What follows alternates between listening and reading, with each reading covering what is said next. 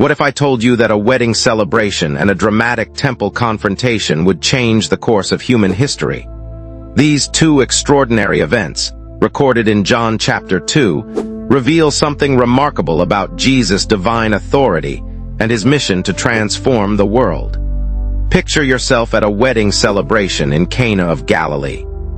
The festivities are in full swing, but there's a problem: the wine has run out. In ancient Middle Eastern culture, this wasn't just embarrassing. It was a social disaster that could bring shame to the hosting family for generations. That's when Jesus' mother Mary turns to him, knowing he can help. What happens next is extraordinary. Jesus instructs the servants to fill 6 massive stone jars with water, the kind used for Jewish purification rituals. Each jar could hold 20 to 30 gallons. That's enough water to fill a small swimming pool. But this isn't just about solving a party crisis. When Jesus transforms this water into wine, he's doing something far more significant.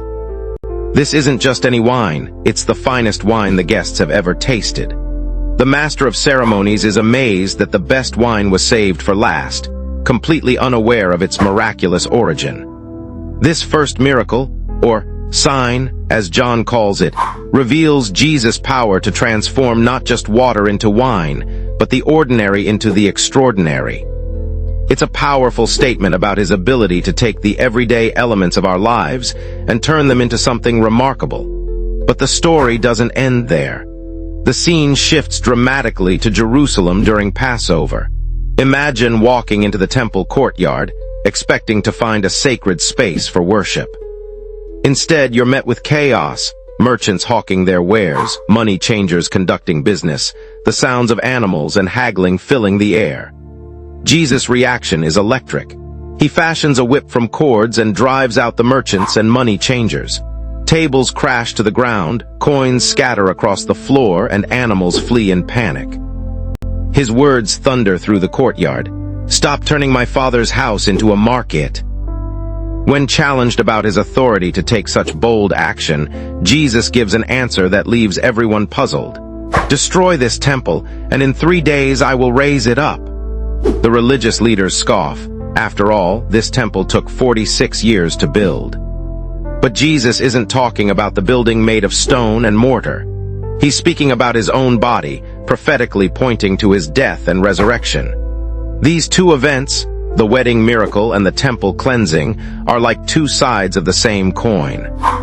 One shows Jesus' power to transform and bring joy, and the other shows his authority to purify and restore true worship. Both reveal his mission to replace the old religious system with something new and life-giving. While in Jerusalem, Jesus performed many more miraculous signs that caused people to believe in him. But John adds a fascinating detail: Jesus doesn't fully entrust himself to these new believers. Why? Because he knows what's in their hearts. He understands that human nature often seeks signs and wonders without truly understanding their deeper meaning. These events show us that Jesus isn't just a teacher or prophet.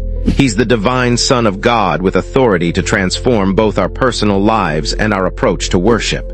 He turns water into wine, chaos into order, and death into life. The question is, are we ready to let him transform us too? Jesus was awesome. How could you not love him? Trust in Jesus' resurrection power for your struggles. Romans 8:11. Your body is his temple. Honor it with purpose. 1 Corinthians 6:19. Reflect. How can his victory shape your daily choices? Subscribe.